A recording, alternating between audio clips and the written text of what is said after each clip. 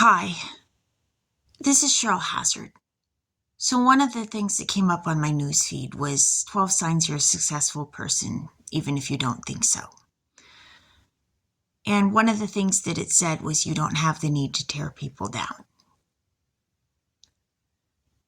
And this is something that I was just reflecting on a little bit after I read this. As a girl, I was being picked on by Rachel Collins in band. I was in junior high.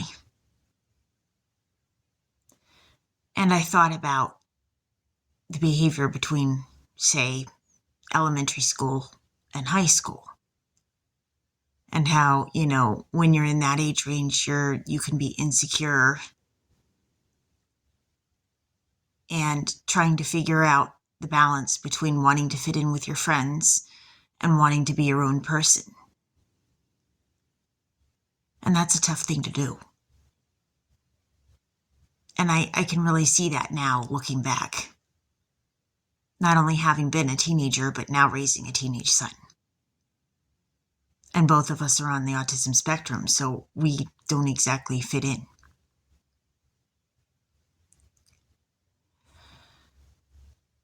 And having the inability to read people the same way that most people can read them.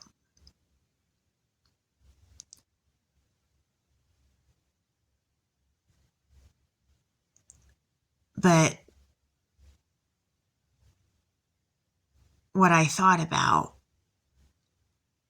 is, it was saying things about realizing people have their own problems. And it's only, that is something that it can take time to fully understand. I saw that as an adult and figured that out about Rachel may have been molested by somebody in her own family, possibly. And I figured that out as an adult. That's not something she told me when we were kids. That's something I had to figure out as an adult. It was an adult issue, potentially. And so, yeah, it's easy to get mad when you're young and somebody's picking on you and you feel like, oh, they're just picking on me and your feelings are hurt.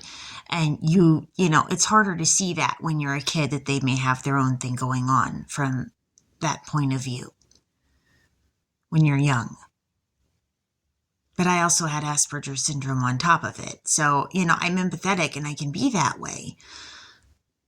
But there may have been a lot that I may not have known about what was going on with Rachel when I was, 14, 13. I was in band with her, but, things were very different.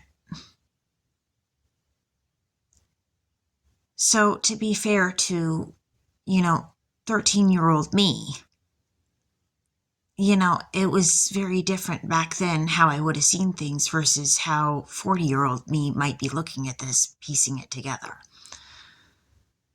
This is Cheryl Hazard speaking.